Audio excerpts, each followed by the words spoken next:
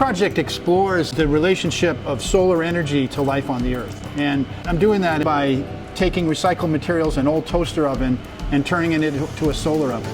We're covering the Earth with solar panels and wind generators, which have ecological consequences. So we need to also focus on how efficiently and effectively we use energy in addition to just getting sources of energy. If you would put solar panels on your roof to run a toaster oven, for example, a conventional toaster oven, it might take 2,000 watts of solar panels to run that toaster oven. But when that energy goes into the toaster oven, most of it's just dissipated into your kitchen, and maybe 15-20% goes into cooking your toast or whatever's in the, you notice how hot a toaster oven gets.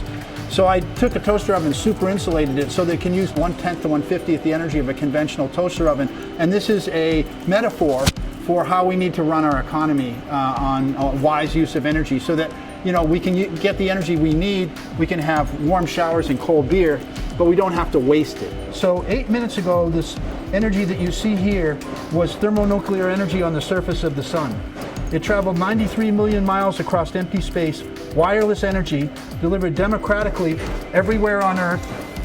Your wealthy neighbor doesn't get more solar energy than you do per square foot. The economy of nature, in that sense, uses thousands of times the energy and material flow of the human economy. Nature's economy does it in an autonomous way, and the human economy can too.